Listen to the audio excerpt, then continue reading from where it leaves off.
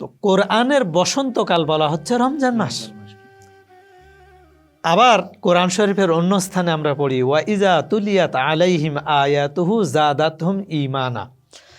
বলা হচ্ছে কোরআন এমন এক গ্রন্থ, কোনো মানুষ যদি কোরআন তেলাওয়াত করে তাহলে মানুষের ঈমান বৃদ্ধি পায়, ঈমান শক্তিশালী হয়ে যায়।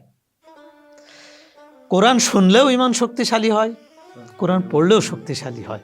এমনকি বলা হয়েছে কোরআন এমন এক গ্রন্থ, যেহেতু রমজান মাসের সাথে কোরআনের সম্পর্ক আছে, এ মাসে কোরআন শরীফ অবতীর্ণ হয়েছে, যে কোরআন দেখলেও সওয়াব, কোরআন পড়লেও সওয়াব, কোরআন শুনলেও সওয়াব, কোরআন বোঝার চেষ্টা করলেও সওয়াব, আমল করলেও সওয়াব, মানে সব কিছুই সওয়াবের অন্তর্ভুক্ত।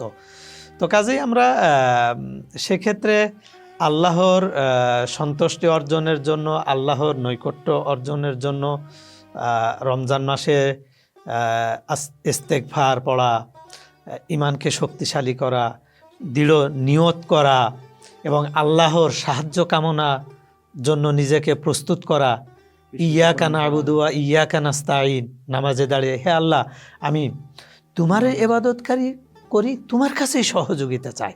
এই যে আল্লাহর নিকট যত এগিয়ে যাব, বলা হচ্ছে যে হাদিসে এসেছে যে আল্লাহর দরবারে একনিষ্ঠতা বা ঈমানের ক্ষেত্রে মানুষ যদি এক ধাপ আগায় তাহলে আল্লাহ 10 ধাপ আগান।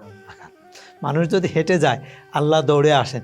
এটা আসলে আধ্যাত্মিক বিষয়, এর অর্থ নয় যে মানুষ হেঁটেলে আল্লাহ দৌড়ে আসে, মানে হাত পা নিয়ে দৌড়ে আসে না, এটা না। এর অর্থ হচ্ছে যে আল্লাহ প্রদানের জন্য প্রস্তুত। আমরা কি দেখি, সন্তান যদি কোনো একটা ভালো কাজ করে, একটু মানে মানে ভালো কাজ করলে আমরা অনেক বড় প্রতিদান দিতে চাই, অনেক বড় উপঢৌকন দিতে চাই। কেন?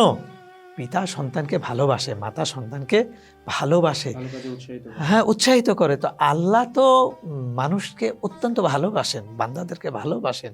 তো কাজেই আমরা একটু আগালে আল্লাহ অনেক আমাদেরকে সহযোগিতা করবেন এই মাসে।